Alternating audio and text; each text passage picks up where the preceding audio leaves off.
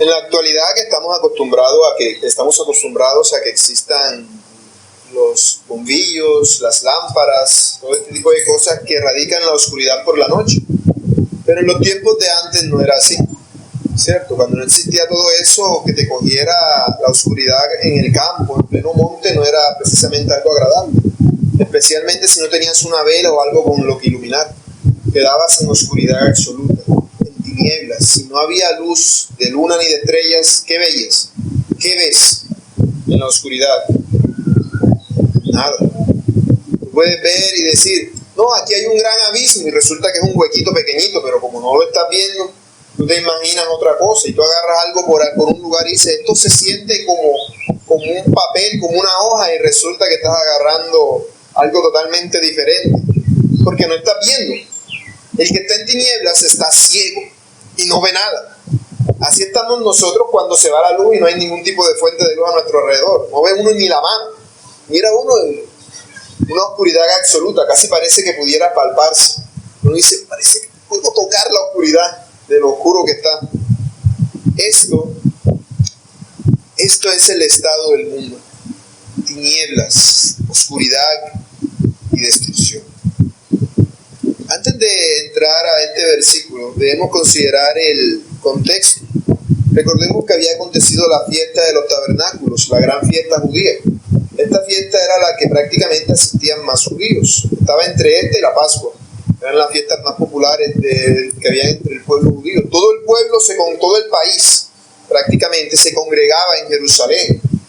¿Y qué era lo que las personas tenían en cuenta en esta fiesta? Había tres elementos, tres cosas que ellos no podían evitar pensar, que aún desde pequeños se les quedaban grabados en la mente. Los tabernáculos, que eran esas como chocitas que hacían en Jerusalén, el agua, que todos los días hacían un rito de purificación, en el cual era llevada el agua desde el estanque hasta el templo, y la luz. Pues en el patio de las mujeres, en el templo, todas las noches se encendían grandes candelabros, toda la noche. Esto tenía, por supuesto, su simbolismo, pero hay que aclarar algo más. No, lo que les dije la vez anterior, no hay claridad sobre el pasaje directamente anterior acerca de la mujer adúltera. No que no sea bíblico, sino sobre su ubicación en el texto. Porque eso quiere decir que esto que está pasando ahora ya no ocurre durante la fiesta de los tabernáculos, sino el día después. Ayer fue el último día de la fiesta, hoy es el día siguiente. Si ese es el caso, así ocurriría. Si es lo que estamos entendiendo de las Escrituras. Si no, esto ocurriría durante el último día de la fiesta, lo cual en este sentido, en esa forma también tendría sentido. Pero si es el caso, como creo por las Escrituras y su inspiración, su perfección en todo, de que ese pasaje debe ir allí a pesar de las dificultades que pueden verse a la hora de verlo en ese contexto, este pasaje ocurre justo después de que el Señor Jesús le dice a la mujer adúltera que no peque más. Ocurre justamente después de eso. En base a eso es que pondré este sermón. En base a esta afirmación de que el pasaje sí ocurre donde dice la Biblia que ocurre. El orden que nosotros estamos siguiendo en nuestras versiones de la Biblia. Por eso a este sermón le he puesto el nombre lógico, la luz del mundo, y trataré de explicarlo en 2 puntos. Primero, Jesús es la luz del mundo. Segundo, los que siguen la luz del mundo. Primer punto, Jesús es la luz del mundo. Dice el principio del verso. Otra vez Jesús les habló diciendo, yo soy la luz del mundo. Esta frase, otra vez les habló, donde entender que el Señor sigue hablando, ¿es cierto? Como cuando les dijo, venid a mí todo el que tenga sed y beba. Ese es el contexto en el que se los está diciendo. Si seguimos aquí, el razonamiento que les dije acerca de que este texto va después del de la mujer que fue hallada en adulterio, podríamos razonar que aquí vemos cómo esta mujer, el Señor le está diciendo, tú estás en tinieblas, pero yo soy la luz. Por eso puedo decirte eso. Yo he venido a quitar las tinieblas que hay en ti. Y se le está diciendo a ella y a todos los presentes, que serían la mujer adúltera, las personas que estaban ahí escuchándolo mientras él enseñaba, y aquellos escribas y fariseos que hayan quedado. No de los que iban a tirar piedras, sino de los que estaban allí observando. Ese sería el contexto. Entonces, este sería un mensaje para la mujer adúltera primeramente. Y así es como se abre esta sección del discurso. Vemos que el Señor dice, yo soy. 7 veces dice Jesús en Juan, yo soy. En Juan, él hace esa estructura siempre de los 7. Este es el segundo yo soy que él está diciendo. El primero fue en Juan 6:35 cuando dijo, yo soy el pan de vida. El segundo yo soy es este. Yo soy la luz del mundo. Cuando Jesús habló acerca del agua, de venir a beber de la fuente que era él se presentó a sí mismo como el agua de la vida, pero ahora está utilizando a la luz como ilustración para presentarse como aquel que disipa las tinieblas de los hombres, aquel que disipa la influencia del pecado. Al decir esto, Jesús está insinuando que todo el mundo está en tinieblas, que todo el mundo está en oscuridad, que todo el género humano se halla en pecado, no solamente los judíos, no solamente los gentiles. Los judíos pensaban que ellos eran la luz del mundo, que el mundo estaba en tiniebla y que los judíos eran la luz. Pero Jesús les está diciendo, yo soy la luz del mundo. Es decir, ustedes también están en tinieblas. Ustedes también se hallan bajo el influjo del pecado. Por eso, al hablar de la luz aquí, el Señor quiere partir de ese evento que ellos estaban viendo durante la fiesta de los tabernáculos. Viendo que esto ocurrió el día siguiente, al final de la fiesta, aunque no sea durante la fiesta, ellos deberían tener presente esto, pues todas las noches veían los candelabros encendidos, que se hacían las lámparas encendidas que se ponían en el patio de las mujeres. Esas lámparas no eran cualquier cosa. No, eran lámparas gigantescas que alumbraban todo el patio. Su luz era tan brillante que un historiador judío dice que no había patio en Jerusalén que no reflejara su luz. Eso era como tener un super reflector encendido en el templo y alumbraba toda Jerusalén. Por eso era algo tan espectacular, porque en una época así ver algo de esta magnitud no era común, y más con todo el pueblo allí congregado, así que era algo que las personas debían tener en la mente. ¿Por qué se hacía esto en la fiesta de los tabernáculos? Porque esta luz les recordaba a los israelitas cómo Dios los guió en su peregrinaje por el desierto. Recordemos que cuando ellos estaban en el desierto, según Éxodo 13, del 21 al 22, Dios les ponía una columna de fuego que les indicaba el camino que debían seguir, porque estaban en tinieblas. Pero lo que les había dicho, en total oscuridad de noche, en una época en la que no había ningún tipo de luz en el desierto, y si no había estrellas en esa noche ni luna, ¿cómo ibas a saber para dónde andar? Bueno, Dios les iluminaba el camino y les mostraba la senda que debían seguir. Es bajo esa premisa que Dios dice, yo soy la luz del mundo. Debemos entender qué es la luz para entender lo que el Señor quiere decirnos, qué función cumple. Si yo les preguntara a ustedes, ¿de qué color es esta camisa?, ¿qué me responderían? Azul. Y si yo les pregunto, ¿de qué color es esta camisa en total oscuridad? ¿De qué color sería la camisa? Negra. La camisa sería negra en una oscuridad total, no sería azul. ¿Por qué sería negra? Porque el color no es algo inherente a las camisas, o a las frutas, o a los abanicos, o a las paredes, sino que es inherente a la luz. El color viene de la luz. Lo que pasa es que algunas cosas absorben la luz y otras las reflejan. Absorben unas longitudes de ondas y otras las devuelven. Nosotros vemos la longitud de onda que devuelve. Esto se ve azul porque la luz azul no pasa y es reflejada, regresa y llega al ojo de uno. Por eso es que ocurre eso. Sin luz, todas las cosas serían de color negro. Por eso se suele asociar lo blanco, que es lo contrario a la luz, con la pureza, con lo perfecto. porque es la luz en su máxima expresión. Aquí cabe recordar la metáfora de la caverna de Platón, que ya he mencionado muchas veces, porque es muy relacionada con el Evangelio de Juan en este contexto, sobre cómo los hombres ven las cosas solamente por sombras. No están acostumbrados a ver la luz. Para ellos la luz es solamente una mentira, un cuento, no es real. No es real. Para ellos lo real son las sombras que están viendo, para los hombres que se encuentran en la caverna presos, porque toda su vida han estado de esa manera.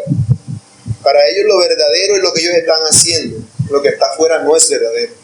Es como si tuvieras a un grupo de niños jugando con unos billeticos de esos que venden en la chaza, que son de juguete. Tú los ves comprando cosas y te dan un billete de eso, ¿no? Que te voy a comprar el celular. Y tú se lo vendes por el billetico. No lo vas a hacer porque eso no tiene ese valor. No tiene ese valor para ti. Para ellos sí, pero porque para ellos es un juego, es una mentira. Pero lo que es verdadero, no lo van a ver de ese valor. Estoy seguro que yo le doy un billete a la hija mía, probablemente lo veré todo rayado o partido en pedacitos, alguna vaina. Para ella no tiene ningún valor. Para los hombres, las cosas de Dios no tienen ningún valor. Para las personas, todo lo que tiene que ver con Dios es insignificante. Por eso, pareciera que el mundo es contrario a nosotros, pero en realidad, pareciera que nosotros estamos al revés, que somos contrarios al mundo, pero en realidad que el mundo es el que es contrario a nosotros. El mundo es el que está al revés, está mal. Le da importancia a lo que no tiene importancia porque está en oscuridad. Está en las tinieblas, está agarrando el papelito y dice, hay un billete de 50. Y es un pedazo de papel. No sabe lo que es porque no lo está viendo. No puede percibir la realidad de las cosas porque se halla en tiniebla. La luz, por lo tanto, tiene un propósito y es revelarnos las cosas. Cuando Jesús nos dice, yo soy la luz del mundo, Él está diciendo que Él es aquel que revela al mundo la verdad. Eso no quiere decir que el mundo no tenga luz, porque cuando Dios hizo el mundo, lo primero que hizo fue la luz. Dijo, sea la luz. La luz está allí y la luz alumbra a todo hombre.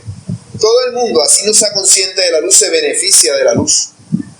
Nosotros nos ponemos a pensar, ay, qué terrible, qué bueno que hay luz. El sol está prendido ahora mismo y no está apagado. Porque lo damos por sentado. Uno no se preocupa en la noche acostado pensando, ¿será que mañana irá a salir sol? Una que se quede escondido, nos quedemos en oscuridad. No es algo que uno da por sentado. No, por eso no lo valoramos. Por eso no valoramos la bendición que es tener luz a nuestro alrededor. La luz brilla para revelarnos a Dios. La luz brilla para darnos a conocer al Creador. ¿Cómo podríamos nosotros apreciar la belleza de la creación si no hubiera luz que nos permitiera ver esa belleza? ¿De qué manera? Toda la creación, por la luz que cae sobre ella, nos permite ver algo de Dios. Es lo que dice el Salmo 19. Las obras nos dice que las obras y la palabra de Dios nos dice, los cielos cuentan la gloria de Dios y el firmamento anuncia las obras de sus manos. Un día emite palabra a otro día y una noche a otra noche declara sabiduría. Toda la creación es iluminada porque Dios lo dispuso así para que sepamos que existe Dios. Pero los hombres no pueden entender verdaderamente la luz, sino solamente una faceta de ella. Por la luz las personas pueden llegar a ser muy inteligentes, pueden llegar a desarrollar muchas cosas y muchos conocimientos, muchas verdades. Por ejemplo, cómo hacer que un pequeño aparatico alumbre. Eso estaba oculto para la mente del ser humano, pero el ser humano lo ha llegado a conocer, ha llegado a descubrir y entender cómo hacer esto. ¿Pero por qué? Porque la luz de la verdad se lo ha dado. Todo conocimiento humano proviene de Dios. Todo conocimiento humano proviene de Dios. Por eso todo está hecho para que nosotros pensemos en aquel que nos ha dado ese conocimiento. Pero el hombre no lo hace porque se halla en un estado de tinieblas. Tú te hallabas en estado de tinieblas antes de que la luz de Cristo te iluminara. Jesús es la luz que nos permite entender verdaderamente a Dios. La luz que Él deja caer sobre todos los hombres solamente nos deja saber que Dios existe. Pero solamente en Jesucristo podemos saber quién es ese Dios y qué es lo que Él quiere de nosotros. Solamente en Jesucristo. Él es esa luz en la cual se manifiesta toda la plenitud de la deidad, como dice Colosenses 2:9. Por eso la luz viene a ser un símbolo de Dios mismo. Viene a ser un símbolo de luz de Dios. Fue creada especialmente para darnos a conocer la grandeza de nuestro Dios. Porque es la luz la que nos permite conocer las cosas, la que nos permite, por supuesto, entonces, conocer a Dios. Y Dios mismo solamente puede ser conocido por la luz de su Hijo. Juan capítulo 1, verso 18 dice: a Dios nadie le vio jamás. Nos hubiera un manto de oscuridad que impide verlo. El unigénito Hijo que está en el seno del Padre, Él le ha dado a conocer. Él ha sido la luz que se ha prendido para que podamos ver a Dios el Padre. Él manifiesta a nuestro Dios. Por eso Cristo en su estado divino siempre es asociado con la luz. Siempre. Recordemos el caso de Pablo cuando iba a Damasco para matar cristianos. ¿Qué le pasó? Mientras iba con sus soldados a Damasco, él vio un resplandor de luz del cielo que lo dejó ciego. Le demostró que en realidad todo ese tiempo él había estado ciego y por primera vez había visto la luz. Cuando Cristo se le apareció a Pablo, se le apareció en medio de la luz. Y cuando los discípulos más cercanos de Jesús, Pedro, Santiago y Juan, lo acompañaron a él, a ese monte en el cual él se transfiguró, ¿cómo lo vieron? Mateo 17:2 dice que vieron su rostro como el sol y sus vestidos blancos, iluminados. Para ellos Jesús era como un sol, refulgiendo de luz en su deidad.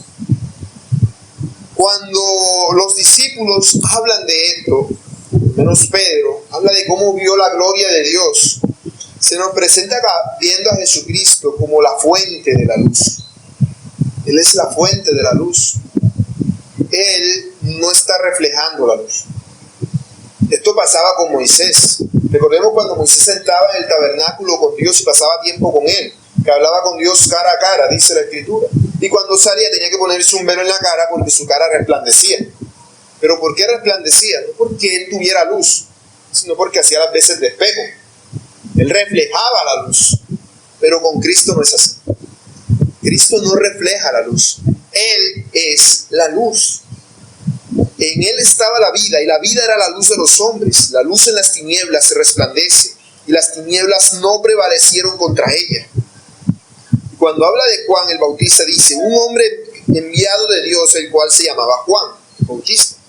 Este vino por testimonio, para que diese testimonio de la luz, a fin de que todos creyesen por él. No era Juan la luz, sino para que diese testimonio de la luz. Aquella luz verdadera que alumbra a todo hombre venía a este mundo.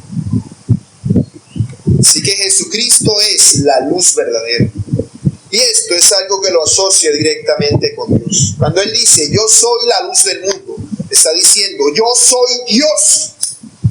Simplemente eso. Isaías 60:19 dice: el sol nunca más te servirá de luz para el día, ni el resplandor de la luna te alumbrará, sino que Jehová te será por luz perpetua, y el Dios tuyo por tu gloria. Dios es la luz, y Jesús está diciendo: yo soy la luz. Está diciendo: yo soy Dios. Y esto es algo que se asocia tanto a Él como al Mesías mismo. Pues Isaías 42:6 dice que el Mesías sería luz de las naciones. Él alumbraría a todas las naciones. Así que esta era una idea totalmente bíblica. No era algo que Jesús estaba inventando, era lo que las Escrituras decían acerca del Mesías. Le estaba dándole un significado mucho mayor. Estaba asociándole a sí mismo con Dios. Estaba asociándose a sí mismo con Dios. En Lucas 2:32 también se dice que Él vino a ser luz a los gentiles, haciendo referencia a ese pasaje que habla de Él como luz a las naciones. Todos los seres humanos participamos de esa luz porque fue lo primero que Dios hizo en Génesis 1:2. Cuando Dios creó los cielos y la tierra, ¿cómo estaba todo? desordenado, vacío y oscuro. No había luz, todo era desorden y oscuridad. No había nada. Y lo primero que Dios hace es acabar con eso y hacer la luz, eliminando la oscuridad, haciendo que exista algo, ya no esté todo vacío, y dándole orden a todas las cosas. ¿Cómo vas a ordenar algo en oscuridad? No podrías. Lo primero que Dios hace fue traer la luz al universo que se hallaba en oscuridad sin Él, porque el Espíritu de Dios se movía sobre las aguas, pero el mundo estaba en tinieblas. Así, cuando nosotros hemos sido iluminados por Él, por Cristo, nosotros vivimos en luz. Es decir, así como el mundo en el principio, cuando Dios lo creó, estaba desordenado, oscuro y vacío, así están los corazones de las personas. Todas las personas de este mundo se hallan en su corazón en oscuridad, en desorden y con un gran vacío. Les hace falta, pero no entienden qué es. Y eso solamente puede verse cuando la luz viene allí. Así viene Cristo también a disipar las tinieblas. Las tinieblas son normales para el mundo, porque el mundo está de manera contraria a Dios. Dios está alumbrando allá y el mundo está así. Yo no quiero ver la luz, quiero andar en dirección contraria a esa luz. Por eso el hombre no viene a la luz, porque él sabe que sus obras son malas. Y todo aquel que hace lo malo aborrece la luz, para que no sea descubierto lo que está haciendo. Todo el mundo lo sabe. Yo puedo engañarme y decir a mí mismo, no, esto que estoy haciendo es bueno, pero no quiero que las personas se enteren. No quiero que nadie sepa lo que estoy haciendo. O quiero ocultárselo así sea a una persona, porque en lo más profundo de mí sé que no es verdad. Sé que no estoy haciendo algo bueno. Sé que estoy pecando. Lo sé. Cuando digo que cuando quiero ocultarlo solamente estoy engañándome a mí mismo. Pero el Señor Jesucristo, como luz del mundo, viene a restaurarnos de la oscuridad. Esa es su obra. Eso es lo que Él vino a hacer. Eso es lo que Él viene a darnos. Por eso, al final de la Biblia, cuando la Biblia nos habla de un nuevo cielo, de una nueva Jerusalén, se nos dice que allí no hay luz ni sol, porque la gloria de Dios sirve de luz y el Cordero sirve de sol. Dios aparece como luz, Cristo como el sol. Dice, el Cordero es la lumbrera, es el que alumbra. Por eso allí no hay noche. Por eso ese es el destino final para todos los creyentes. Un mundo sin tinieblas, en ningún sentido. No solamente espiritual, sino total. Un mundo en el cual ya no existan las tinieblas, sino que la gloria de Dios lo llene todo en todos. Los seres humanos en este tiempo y en este mundo se hallan en una noche muy larga, en la cual el sol no ha salido, en la cual no ha amanecido, en una larga noche a causa del pecado.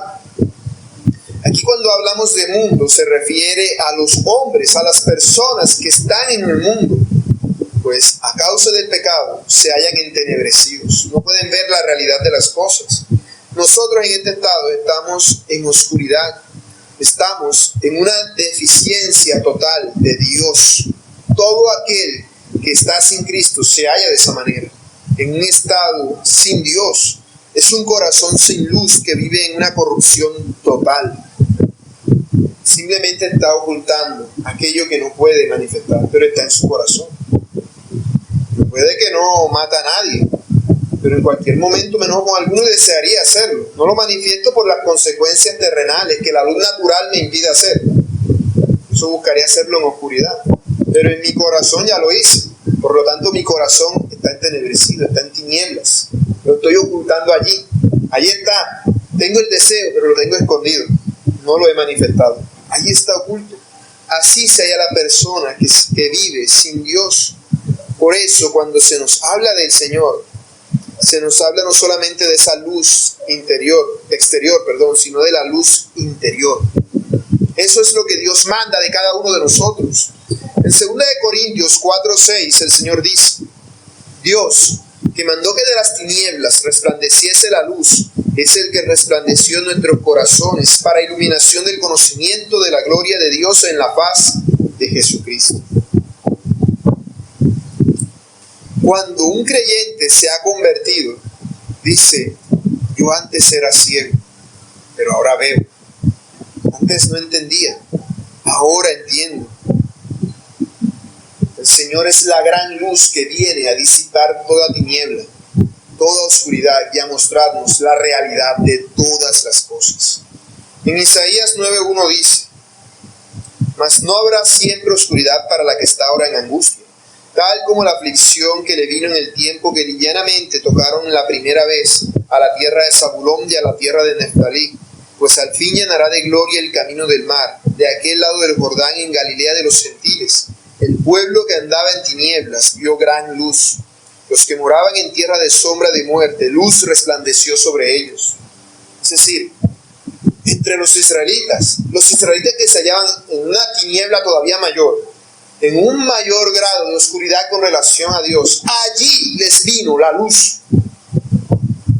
A la región en la cual estaban las personas más helenizadas, es decir, los más mundanos entre los judíos, a ellos vino a vivir el Mesías, a ellos vino Cristo.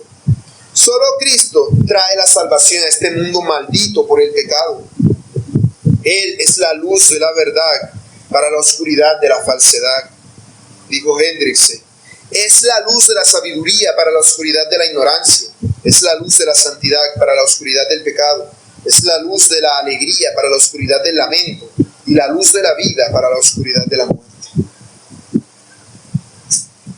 Jesús es la luz del mundo. Es la luz que le dice al ignorante: yo soy la sabiduría. Es la luz que le dice al pecador: yo soy la santidad. Es la luz que le dice al triste: yo soy la alegría. Yo soy el gozo. Es la luz que nos atrae a Él. Él mismo es su luz que nos atrae para que sigamos en pos de Él. Y por eso el mensaje que Él nos ha dado es luz, porque es el mensaje que lo guía hacia Él, hacia la verdad que Él nos ha dado. Por esto es algo propio del Evangelio. Primera de Juan 1:5 dice: este es el mensaje que hemos oído de Él y os anunciamos. Dios es luz y no hay ningunas tinieblas en Él. Ninguna. Consideremos la diferencia entre la luz y la oscuridad. Para que algo sea oscuro, para que algo sea tinieblas, para que sea oscuridad, debe ser total. Puede que se vaya la luz de noche, pero hay una estrellita por ahí, algo alumbra. Se alcanza a entrever un rayito de luz de la luna, algo alumbra, no es oscuridad. No es sino hasta que toda luz se ha ido, que estamos en tinieblas, en oscuridad absoluta. Pero con la luz no pasa eso. La luz basta el más mínimo rayo para que de inmediato resplandezca. Por eso la luz resplandece en la oscuridad. Por eso la luz vence a la oscuridad. Porque con la menor cantidad de ella, de inmediato resplandece. Con una sola mirada de Cristo, las tinieblas se van. Y el pecado tiene que ser total en una persona para que pueda apoderarse de él. Por eso los creyentes no pecamos, porque no practicamos el pecado. Porque no es total. Está, pero no es total. Aquel que lo tiene en su totalidad se halla en tinieblas, no anda en la luz porque no sigue la luz. Segundo punto, los que siguen la luz. Dice Cristo: el que me sigue no andará en tinieblas, sino que tendrá la luz de la vida. Esto es un llamado que el Señor Jesús está haciendo. Él está diciéndole: miren esos candelabros encendidos que todas las noches se encendieron durante la fiesta de los tabernáculos. Cuán hermosos eran y cuánto alumbraban toda la ciudad de Jerusalén. Pero esos candelabros ya se apagaron, ya no están alumbrando. Pero yo soy la luz que alumbra a todo hombre. No es una luz fija como el candelabro, como el foco. El foco está allí, yo no tengo que seguirlo para ninguna parte. Mientras yo esté aquí, Él va a seguir alumbrando. Pero si yo me voy para otra parte, el foco se queda acá. Así que no podría hacer nada. ¿A dónde voy a ir? Tendría que quedarme toda la vida viviendo bajo el foco para poder ver algo. Pero la luz de Cristo no es así. Es una luz que se mueve. Y por eso Él manda a que la sigan. Él por eso lo compara al sol. El sol se mueve, o por lo menos en nuestro punto de vista se mueve. Y hay que seguirlo. Por eso Él está haciendo el llamado a que lo sigan. Él está haciendo un llamamiento a todos los que lo oyen, a la mujer adúltera, a la multitud que estaba con Él, y a los escribas y fariseos que empezarían a quejarse en los versículos siguientes. Él está haciéndoles un llamado para que lo sigan a Él, para que salgan de la oscuridad en la que se hallan envueltos.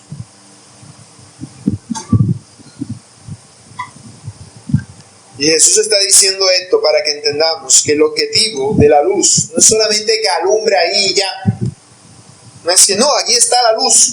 No, es la luz que nos muestra el camino como una lámpara y alumbra el camino que debemos seguir. Es la luz que nos dice, por aquí puedes pisar, ahí no hay hueco, no te vas a caer, no es barro y te vas a resbalar y te vas a pegar un snow. No, es la luz que te dice, esta es la senda marcada para que llegues al objetivo, a la ciudad de luz que Él ha creado. Por eso Él dice que el que le sigue no andará en tinieblas. Esa es una promesa que Él está dando, la de no andar en tinieblas, es decir, las tinieblas del pecado. Pues el mundo y el diablo están todos en pecado. Por eso dice que el Dios de este mundo cegó el entendimiento de los incrédulos para que no le resplandeciese la luz del Evangelio. Porque están en tinieblas. ¿Cuándo lo hizo? ¿Cuándo le cegó el entendimiento? Cuando convenció a Adán de pecar. Desde entonces el mundo está ciego y está en tinieblas. Están en tinieblas porque son ciegos. No es que la luz no esté alumbrando. El mundo no está en tinieblas porque no haya sol. Es que todo el mundo está así. Por eso están en tinieblas. Porque no quieren ver la luz. Porque no les da, disculpen la expresión, la gana de creer en Dios, de creer en Cristo. No quieren hacerlo. Pero Él dice, aquel que me siga no andará más en las tinieblas, sino que tendrá la luz de la vida. Y esta luz no la van a seguir todos, ni siquiera la van a seguir muchos, sino solamente unos pocos. Por eso se nos dice que muchos son los llamados y pocos los escogidos. Jesús llamó a todos. El que me sigue, Él no dijo, bueno, aquí el escogido eres tú, mujer adúltera, y ustedes tres que están por allá, y los apóstoles. No, Él sabía, pero Él no lo hizo. Él hizo un llamado general. El que me sigue, para todo hombre, para toda mujer que estuviera allí, para aquel que tuviera los ojos abiertos, y ese. ¿Qué es seguir a Jesús? Seguir a Jesús implica, primeramente, venir a Él y creer en Él. Es lo que les dijo cuando les habló del agua. El que tenga sed, venga y beba. Beber es creer.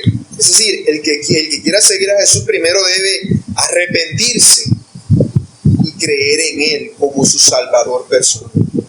No es decir, yo creo en Jesús, no es decir, yo creo que Él existe. Es creer que Él ha perdonado tu pecado, que tu pecado ya pasó y que cuando estés en el juicio final, Él no va a decir, míralo, ya está, mira cómo es de inmundo y pecador. No. Creer que Él va a abogar por ti, no es que te vaya a abogar por ti solamente en aquel momento, sino que ya lo hizo desde que murió en la cruz, se lo ha estado haciendo todo este tiempo. Creer que Él está contigo, de tu parte y no en tu contra. Eso es creer en Cristo. No es solamente decir yo creo que Él existe, porque hasta los demonios hacen eso y tiemblan. No, es creer que Él te ha perdonado tus pecados. Eso implica el arrepentimiento, creer que ya no estás ciego, sino que ahora ves y que ahora entiendes. Este llamamiento es el que Cristo hace. No hay duda de que es necesario que el Padre traiga a las personas para que vengan a Cristo. Pero tampoco es menos cierto que todo aquel que venga a Cristo, Cristo no lo va a aceptar. Todo aquel que viene a Cristo lo acepta. Él no echa a ninguno fuera. Porque Él sabe que si alguno viene, pues porque el Padre lo trajo. Creer en Jesús es el primer paso solamente. Porque no es creer, como decir, me he pasado toda la vida así con los ojos cerrados y los abrí. ¡Jesús! Y los volví a cerrar y volví a travear. Eso no tiene sentido. Por eso no tiene sentido creer una vez. De que yo creí cuando me arrepentí. Creí cuando me arrepentí, sigo creyendo ahora. Por eso me sigo arrepintiendo ahora. Porque sigo viendo mi pecado. Y lo traigo delante de Jesús y no lo oculto. No le digo, yo no he pecado, ¿quién dijo? Sino que lo presento delante de Él. Y aquí está mi pecado, Señor. Vengo y muestro mis malas obras a la luz para que sean expuestas. Porque yo no puedo, yo me merezco el infierno. Mira, aquí está mi pecado, yo me merezco mi castigo. Pero tú me has amado. Tú me has amado. Andar en Jesús, andar en la luz es depositar nuestra confianza en Él todo el tiempo. Que seamos sus discípulos. Así que seguir a Jesús significa ser su discípulo. Creer en Él todo el tiempo, en todo momento y en todas circunstancias. Cuando te va bien y cuando te va mal. Creer en Él siempre. Creer en Él implica creer que lo que Él dice es verdad y por lo tanto obedecerle. Eso es lo que quiere decir creer en Él. Es obedecer lo que Él nos dice. Si Jesús dice, oíste que fue dicho, no cometerás adulterio, pero cualquiera que mire a una mujer para codiciarla en su corazón, ya adulteró con ella, y tú dices, bueno, a mí me parece que él como que está exagerando allí. No estás creyendo en Jesús, porque estás dudando de lo que él ha dicho. No estás creyendo en Él. Estás tomando sus palabras y estás diciendo, no, esas palabras a mí no me convencen. Por lo tanto, no estás creyendo en Él. Creer en Jesús es creer que todo lo que Él dice es verdadero y se aplica a todas las áreas de nuestra vida. Es verdadero. Por eso debemos obedecerle en todo. Ese es el llamado. Creer en Jesús, ser su discípulo, es que el Señor nos está diciendo, les exijo una completa sumisión a mí. Sométanse a mí en todo lo que yo le digo. Eso es recibirlo como Señor. Porque está la creencia errada de que no, yo recibo a Cristo como mi Salvador. Pero se trata de recibirlo como Salvador y como Señor. Recibirlo como Señor es decir, tú mandas y yo obedezco. Hágase tu voluntad, no la mía. Por eso Él dice que debemos seguir la luz. No es que, bueno, allá va la luz, yo voy a quedarme aquí un ratico tomando. No. Tengo que seguir la luz todo el tiempo. No puedo desviarme de ella. No puedo hacerlo. Dios no acepta corazones a medias para seguir a Cristo. La persona que viene a Jesús debe venir en los términos de Jesús, no en los términos tuyos. Jesús no, yo amo a Jesús a mi manera. No. Yo creo en Jesús como yo quiero. No. Es como Él dice. O aceptas a Jesús como Él dice, o no lo aceptas. Es así. Es así. No puedes tener solamente un pedacito. Recordemos lo que dice el Señor en Mateo 8:18. Él dice, bueno, el contexto dice, viéndose Jesús rodeado de mucha gente, mandó a pasar al otro lado. Y vino un escriba y le dijo, Maestro, te seguiré a donde quiera que vayas. Jesús le dijo, las zorras tienen guaridas y las aves del cielo nidos, mas el Hijo del Hombre no tiene donde recostar su cabeza. Otro de sus discípulos le dijo, Señor, permíteme que vaya primero y entierre a mi padre. Jesús le dijo, sígueme, deja que los muertos entierren a sus muertos. Jesús demanda una sumisión total, no parcial. No es, Señor, yo te amo a ti, pero también amo a mi hijo, a mi hija, a mi esposo, a mi esposa. No. Yo te amo a ti porque te amo a ti, los amo a ellos. Porque tú me mandas a hacerlo. No solamente por el amor natural, porque el amor natural se te puede pasar en cualquier momento. El amor natural al hijo, el día que haga algo, puede que no se te quite por completo, pero te va a faltar. Y el amor a un cónyuge, ese sí se va fácilmente. Pero porque amamos a Cristo, entonces podemos amar a nuestros semejantes. Por eso Él dice que es necesario amarlo a Él más que al esposo, a la esposa, al hijo, a la hija. Porque si no, no podremos amar verdaderamente. Jesús debe ser primero. Debe ser primero. Una ilustración más clara de esto la tenemos en el caso del joven rico. El joven rico le dijo: maestro bueno, ¿qué haré para heredar la vida eterna? Jesús le dijo: ¿por qué me llamas bueno? Ninguno hay bueno sino solo Dios. Los mandamientos sabes: no adulterarás, no matarás, no hurtarás, no dirás falso testimonio, honra a tu padre y a tu madre. Él dijo: todo esto lo he guardado desde mi juventud. Jesús, oyendo esto, le dijo: aún te falta una cosa. Vende todo lo que tienes y dalo a los pobres, y tendrás tesoro en el cielo. Y ven y sígueme. Entonces él, oyendo esto, se puso muy triste porque era muy rico. Al ver Jesús que se había entristecido mucho, dijo: cuán difícilmente entrará en el reino de Dios los que tienen riquezas. Porque es más fácil pasar un camello por el ojo de una aguja que entrar un rico en el reino de los cielos, en el reino de Dios. ¿Por qué?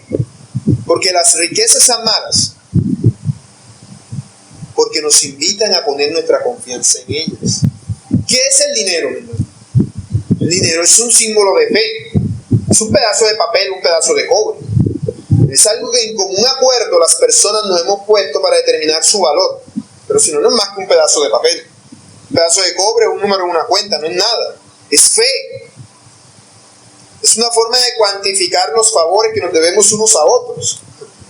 Pero es fe. Es un papel que garantiza algo, que tiene un valor. Pero en sí mismo no es nada. Pero nos da una sensación entonces de confianza, porque depositamos nuestra fe en eso. Por eso dice: cuán difícil es para el rico entrar en el reino de los cielos. No porque la riqueza sea mala, sino porque la riqueza absorbe su corazón. Entonces es mucho más difícil que confíe en Dios, que confíe en Cristo, sino que va a confiar en sus riquezas. Eso le pasaba a este joven que decía: he cumplido todos los 10 mandamientos. Jesús le dijo: no has cumplido el primero. El Señor no es tu único Dios. Tú amas a las riquezas más que a Dios. El Señor no es tu único Dios. Estás diciendo que lo cumpliste todo y tú ni el primerito has cumplido. Y eso lo entristeció. No es que Jesús estuviera riéndose y burlándose de él. No, el Señor se entristeció por este joven. Él se entristeció. Así que aquí vemos un contraste muy grande entre el evangelismo que se predica en la mayoría de las iglesias hoy y el evangelismo bíblico. Jesús no tenía ningún afán de ganar discípulos. No tenía ningún afán de tener multitudes a su alrededor. Él quería una salvación genuina. Él no quería una salvación artificial. Fácilmente construyó una salvación artificial. Yo le digo a la niña: a ti que te gusta ver videos de, no sé, Paw Patrol, y hacemos un drama de Paw Patrol bíblico, y que uno de los Paw Patrol muere en una cruz, algo así. Eso se llena así, de peladitos aquí, viendo el drama y dice: ay, ya creo en Jesús. Es una estrategia típica carismática. Y dicen: no, ya soy salvo porque yo creo en el Paw Patrol que me salvó. Pero en realidad no ha creído, porque es una simulación, es una salvación artificial. Es una salvación artificial. La luz es verdadera, la luz de Cristo, no es una luz artificial. La luz artificial es esa, pero la luz verdadera está allá afuera. Sientes cómo quema y calienta. Esto cualquier momento se quema y ya hasta llegó. Pero ¿cómo quemas el sol? ¿Cómo haces que se apague? Eso no depende de ti. Así Cristo es la luz verdadera. Así la salvación que Él produce es la salvación verdadera. Es una salvación genuina. Y por eso el que ha sido salvo se somete a Cristo. No le dice Señor por respeto, le dice Señor porque es su dueño. Y usted manda y hágase lo que usted me quiera que yo haga. Yo soy el esclavo. Por eso Jesús dice en Lucas 9:23: si alguno quiere venir en pos de mí, niéguese a sí mismo, tome su cruz cada día y sígame. Cada día. No el día que creíste o el día que amaneciste de buena. Cada día. Porque todo el que quiera salvar su vida la perderá, y todo el que pierda su vida por causa de mí, éste la salvará. ¿Por qué una persona estaría dispuesta a perder su vida por algo? salvo que entienda que ese algo es mucho más valioso que su vida. Pero eso no lo va a entender si está en tinieblas. No lo va a entender si está en tinieblas. Porque dice, no hay nada, no veo nada que valga tanto. Pero el que ha visto la luz, dice, él vale más que yo. Por eso estoy dispuesto a morir por él. Y seguir a Cristo no es difícil. No es difícil, igual que no es difícil salir allá afuera y pararse a mirar el solazo que hace. No tiene ninguna dificultad. Yo salgo, me paro allá y me asoleo. ¿Qué dificultad tiene eso? Ninguna. Es mucho más difícil andar en las tinieblas, andar en la oscuridad. Cuando te dice que debes someterte a Jesús, no está diciendo que haga algo extraordinario. Jesús no te va a mandar a morir, salvo que Él te quiera que tú hagas eso. Y si Él quiere que tú hagas eso, Él te da la gracia para que lo hagas. Jesús quiere que lo obedezca. Él te dice, no, pero ¿cómo se te ocurre que vas a contar eso así? Te vas a mochar el dedo. No, tienes que hacerme caso y hacer lo que yo te estoy diciendo porque es para tu bien. Por eso es que Jesús demanda obediencia total, porque nosotros estamos por naturaleza ciegos. No si yo me pongo a mochar la zanahoria con los ojos cerrados. Eso es lo que va a pasar. Por eso Jesús está diciendo, abre los ojos y sigue la luz.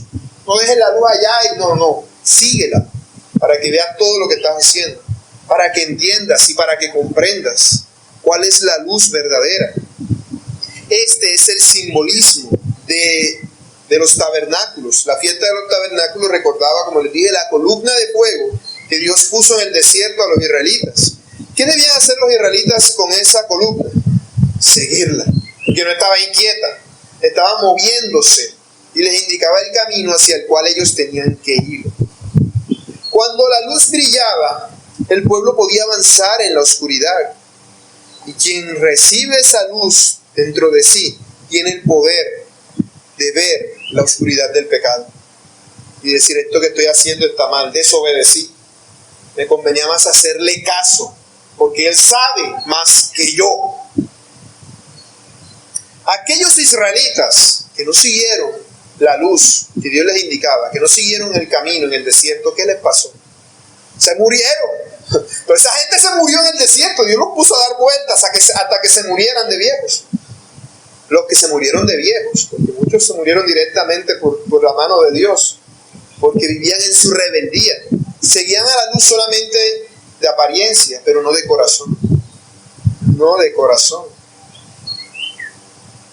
Pero aquellos que siguieron la luz de corazón, estos llegaron a la tierra prometida. Eso es lo que Dios quiere con nosotros. Que nos demos cuenta de que estamos en la vida, es un desierto, de que estamos en oscuridad y de que estamos caminando. Y hay una luz que Dios nos ha encendido y está diciendo por aquí. Si tú te sales, si te apartas del grupo y te sales de esa luz, no vas a llegar a ningún pereyo. No vas a llegar a ningún lado. Por lo tanto, vas a recibir la ira de Dios. Pero si sigues en la luz, vas a llegar a la tierra prometida, la tierra de luz, la nueva Jerusalén.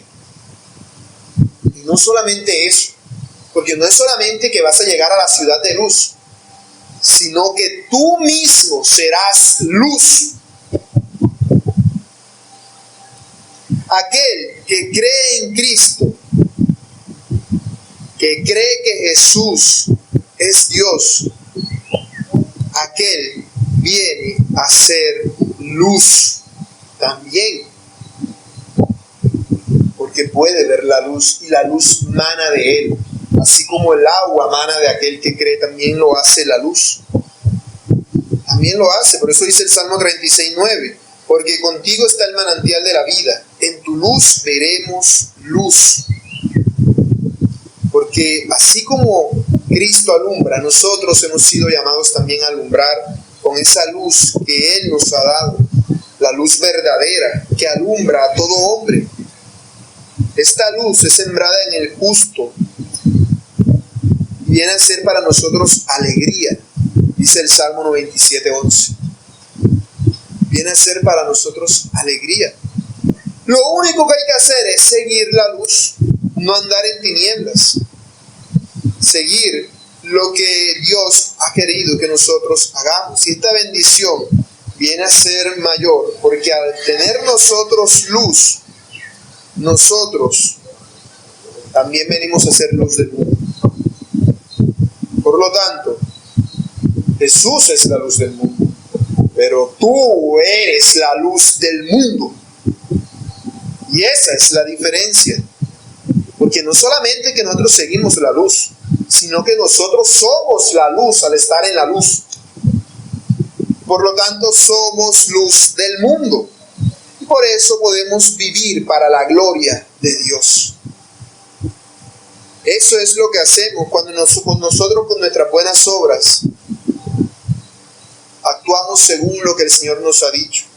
¿Qué hacen las personas? Dicen, wow, hay algo en esta persona que es diferente. Ven una luz que irradia. ¿De dónde irradia? De ti.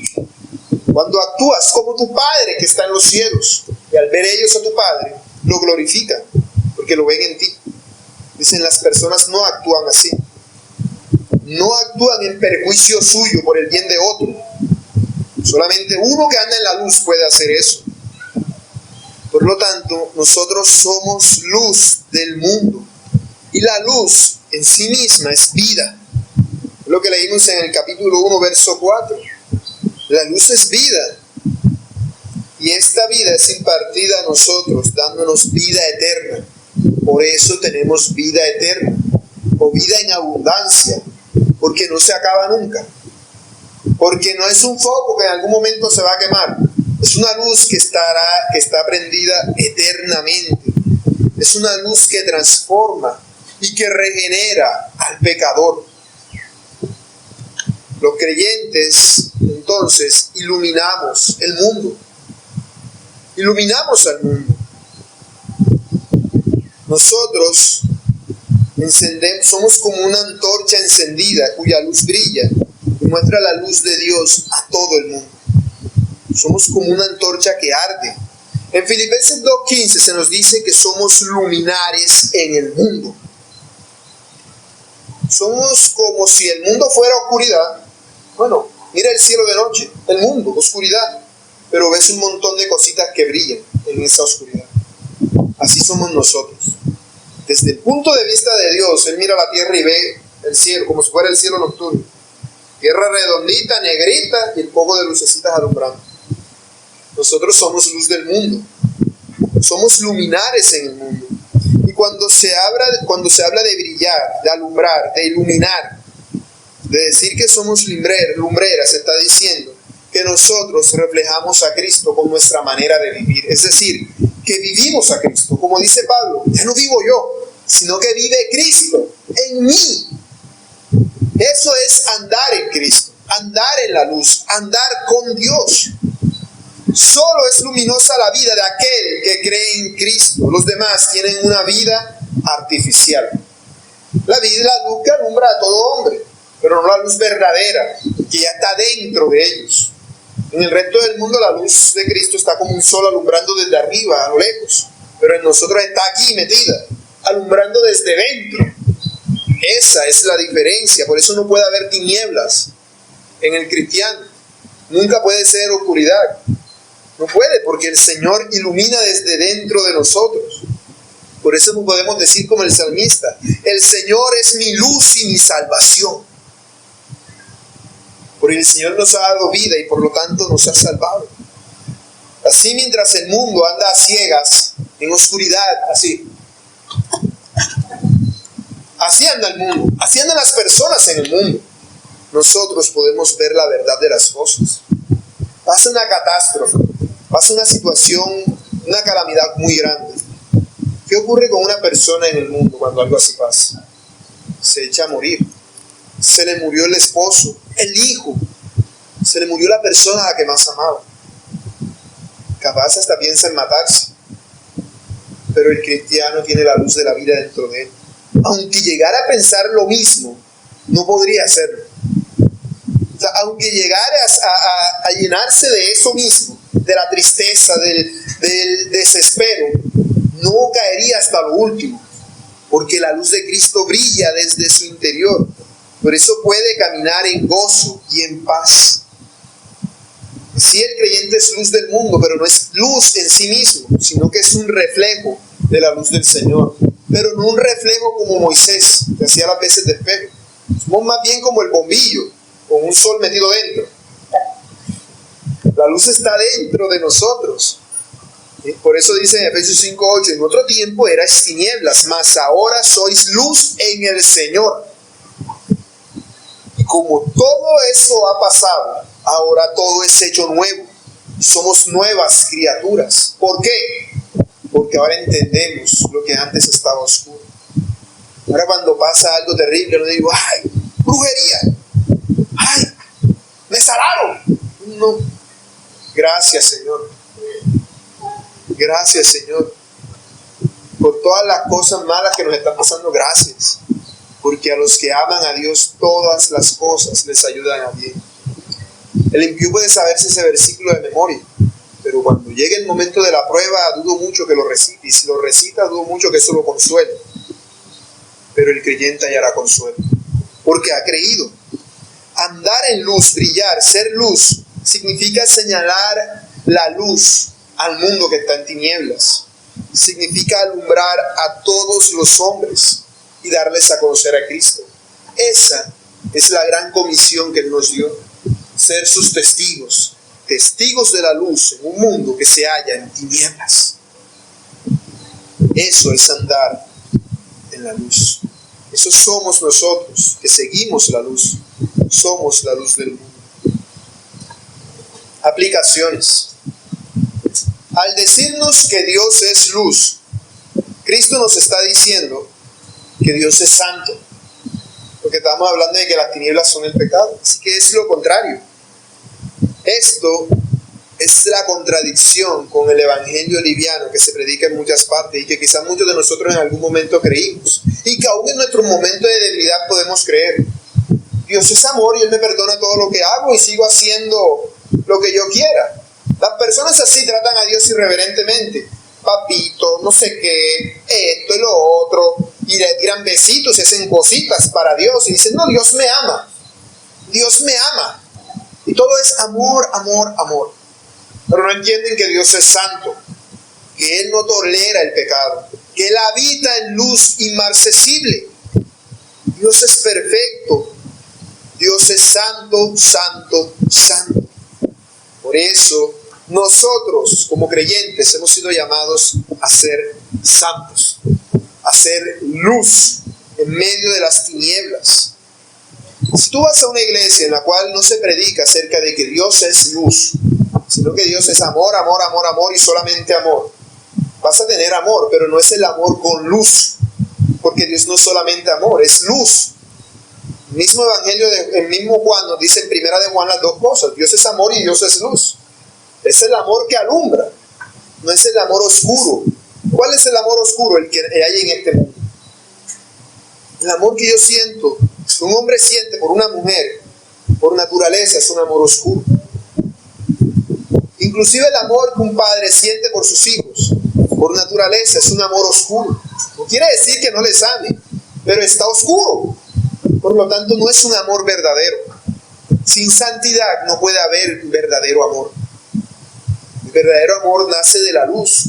Por cuanto es iluminado todo, aún si la persona a la que yo más amo en este mundo me traiciona de la manera más vil y despreciable, yo puedo decir no, pero es que yo lo veo claramente todo. Y yo entiendo que es el pecado, que es una persona pecadora y que yo también soy pecador. Y por lo tanto, puedo abrirme a perdonar. Si no tengo luz, no tengo eso. Por lo tanto, no tengo amor. Porque el que tiene amor es capaz de perdonar lo que sea. Porque Jesús nos dice, no, ¿cuántas veces voy a perdonar a mi hermano? Hasta que te colmen la paciencia. No. Siempre. 70 veces 7. Siempre. Y el creyente puede entender eso. Porque puede amar de verdad. Y puede amar de verdad porque se halla en luz. En las iglesias donde se predica que Dios solamente es amor, amor, amor, pero no alumbra nada, entonces tú ves que el pastor solamente está pendiente de la plata, de alabanza estás enamorando a la otra de alabanza, y el otro por aquí están entonces hablando de todo menos de la palabra de Dios. Y están haciendo todo tipo de cosas que no tienen nada que ver con Dios, porque Dios los ama. Y nosotros caemos en ese error. Gracias al Señor en la iglesia no, porque predicamos sana doctrina de manera conjunta como iglesia. pero sí individualmente cuando pensamos de Dios lo que nos parece. Individualmente lo hacemos, y la iglesia lo haría si se aparta de la sana doctrina, cuando decimos, no, Dios me va a perdonar esto. Ojo, hermano, si tú haces algo a sabiendas de que te van a perdonar, o tú haces algo sin decirle a alguien eso a otra persona, algo oculto, con una intención de saber que va a tener reprensión, hay algo que no cuadra, porque hay tinieblas allí, pero tú eres luz. Entonces, o tienes esa luz muy apagada, o no tienes ninguna luz.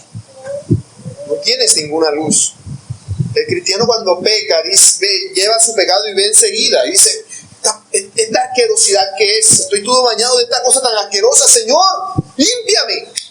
En cambio el que está en tinieblas, no, esto huele maluco, pero eso no importa, yo no veo nada, todo está bien. Yo me ensucio y me embarro todito de esto asqueroso, no pasa nada. Pero el que está en luz ve enseguida la asquerosidad del pecado y dice, ¿esto qué es? Señor, límpiame, ven, lávame con tu agua. El creyente no peca como si nada y no le importa. No. Al creyente le duele su pecado y dice, estoy sucio y necesito de ti. Necesito de ti, Señor. Si tú odias el pecado que hay en ti, que es lo que significa andar en luz, no odiarás también el pecado que hay a tu alrededor. ¿Cómo es posible que siendo uno creyente se deleite en los mismos pecados que se deleitan los otros, aunque no participes en ellos? Entonces el otro dice malas palabras y tú por acá, ¿no? Allá ellos, acá yo. El otro viene y ven todo tipo de morbosidades, hacen todo tipo de cosas malas y tú no dices nada, te quedas callado. Tú ves que alguien está haciendo algún daño a una persona inocente y tú no, vayan a hacer daño a mí también. Tú ves que está cometiéndose un pecado, tú eres totalmente indiferente. Ojo, que se prenda la luz de alarma porque hay algo que no cuadra. Debes aborrecer el pecado. Aunque no puedas cambiar las circunstancias, eso debe dolerte al punto de llevarte a orar por eso. Si yo veo a un hombre peleando con una mujer en su casa, yo de pronto no puedo interferir porque es su vida, pero eso debe dolerme a mí, no puedo ser insensible. Como, mira, allá. No, eso debe dolerme, debe llevarme a orar por causa del pecado. Debe llevarme a orar. Recordemos el ejemplo de Lot. Lot vivía en la ciudad del pecado. Pero dice 2 de Pedro 2:8 que él afligía cada día su alma justa, viendo y oyendo los hechos inicuos de ellos. Y Lot no era precisamente el mejor ejemplo, pero aún así él era un verdadero creyente y él se afligía por el pecado a su alrededor. ¿A ti te aflige el pecado ajeno? ¿Te incomoda, te molesta? ¿Te lleva a orar y a clamar ante el Señor por él? Ellos que vivan hagan lo que quieran y acá yo. No, hermano, ser luz significa alumbrar.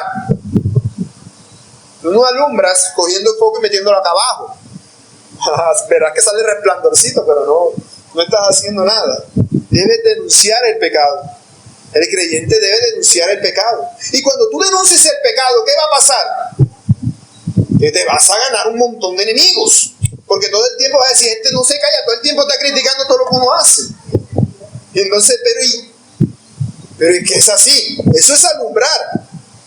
Cuando tú estás cuestionando el pecado con razones bíblicas, obviamente, porque si vas a coger la oscuridad con oscuridad, eso no alumbra nada. Pero si tú eres luz y brillas denunciando el pecado, eso te va a llevar a evangelizar. Eso que tú estás haciendo es pecado y necesitas arrepentirte, decírselo enseguida a las personas.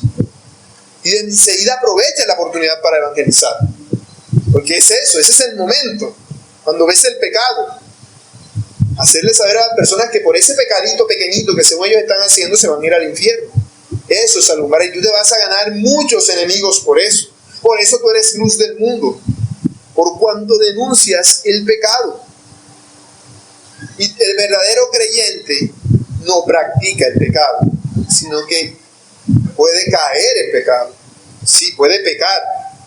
Igual que el foco cuando la luz está bajita alumbra poquito, pero no deja de alumbrar a menos que se vaya. Pero el asunto es que Cristo ha prometido permanecer con nosotros hasta el fin del mundo. O sea, no se va a ir. no se va a ir. El Espíritu de Dios no nos va a abandonar. Él nos ha cambiado. Por lo tanto, nosotros debemos alumbrar todo el tiempo. No debemos practicar el pecado. No debemos practicar el pecado en ninguna manera. De hecho, el que practica el pecado está evidenciando que no tiene luz alguna. Practicar el pecado es apagar el foco. Una cosa es que yo peque, se bajó la luz, pero otra día pido perdón y vuelvo a alumbrar. Pero si yo vuelvo y no me importa, no me interesa, Dios me va a perdonar, Dios me ama, estoy en tinieblas. Estoy en tinieblas. Primera de Juan 3:6 dice: todo aquel que permanece en él no peca. Todo aquel que peca no ha visto, no le ha visto ni le ha conocido. Y en el verso 9 quiere decir que pecar aquí se refiere no a un pecado, sino a practicar el pecado. Practicar el pecado.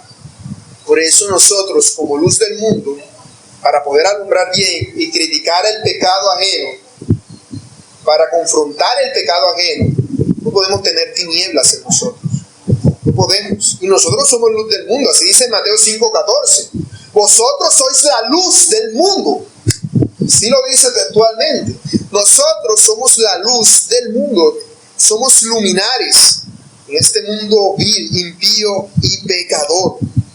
Y por eso debemos alumbrar. Debemos denunciar el pecado siempre y practicar la justicia. Tampoco podemos caer en el error de ser hipócritas y denunciar el pecado ajeno y nosotros mismos practicarlo. Porque eso no es ser luz. Es andar en tinieblas. Es andar en tinieblas. Si un verdadero creyente peca y un impío ha visto su pecado, ¿qué debería hacer? Reconocer su pecado ante el impío y humillarse. Esto que yo hice es pecado, perdóname. Esto que yo hice es pecado.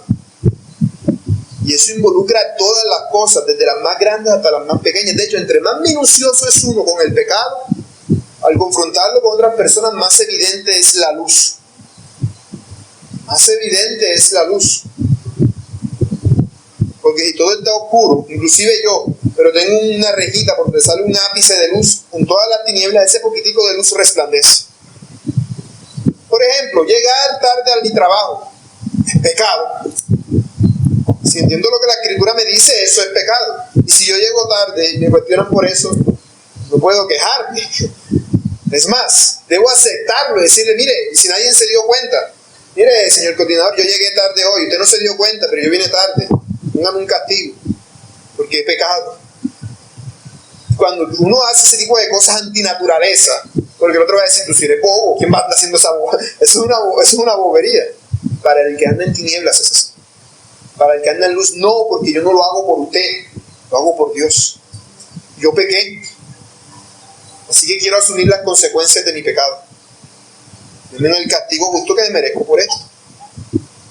Eso, aún en las cosas más pequeñas como eso, demuestra la luz del Evangelio. Va a decir: ninguna persona actúa así. Nadie. Se ve la diferencia. Se ve la insignificancia tuya y la grandeza de Cristo. Se ve que eres luz y que eres testigo de la verdad. Y se evidencia que Cristo ha cambiado tus tinieblas en luz.